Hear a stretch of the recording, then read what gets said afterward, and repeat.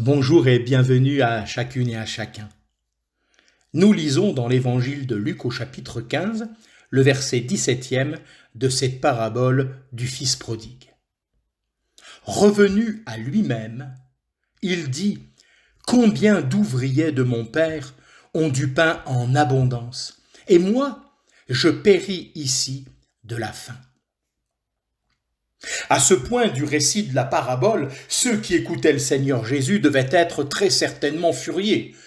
Un jeune pareil, il a pris l'argent de son père, l'a dépensé dans une vie de fêtard et avec des prostituées, ce que nous révèle le verset 30. Puis il s'est abaissé jusqu'à se vautrer avec des porcs, ne l'oublions pas, des animaux impurs. Il devait donc être écarté pour toujours de la famille, voire lapidé à mort, selon Deutéronome 21, les versets 18 à 21.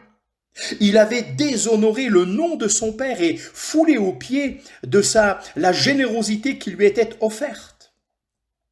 Dans la société au temps du Seigneur Jésus, quand la honte et l'honneur faisaient partie de la vie culturelle, comme c'est encore le cas dans de nombreuses parties du monde, les auditeurs avaient certainement un avis bien arrêté sur le sujet. Mais les pharisiens allaient bientôt recevoir un grand choc, et leur attitude moralisatrice et leur traditionnalisme allaient être mis en lumière, car le récit a pris soudain un tournant inattendu. Il nous est dit que ce fils prodigue est revenu à lui-même, avant de retourner vers son Père. Telle est, selon la Bible, la vraie nature de la repentance. Il s'agit littéralement d'un changement de pensée, de mentalité. C'est le jugement de mon péché à la lumière de la grâce de Dieu.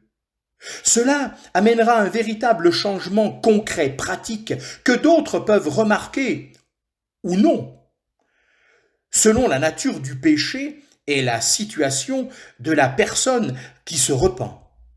Mais ce n'est pas en soi un changement extérieur, bien que cela puisse être ensuite la conséquence.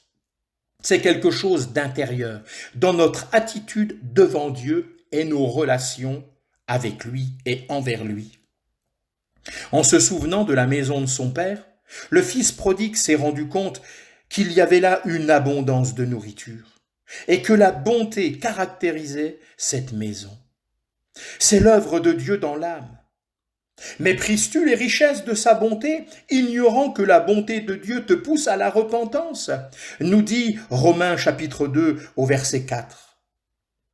Ainsi, le jeune homme a compris où l'avait conduit son comportement. Et il allait bientôt découvrir les merveilleuses richesses de la grâce de son Père. Cette grâce qui nous est proposée à chacune et à chacun d'entre nous en ce jour. Que Dieu vous bénisse.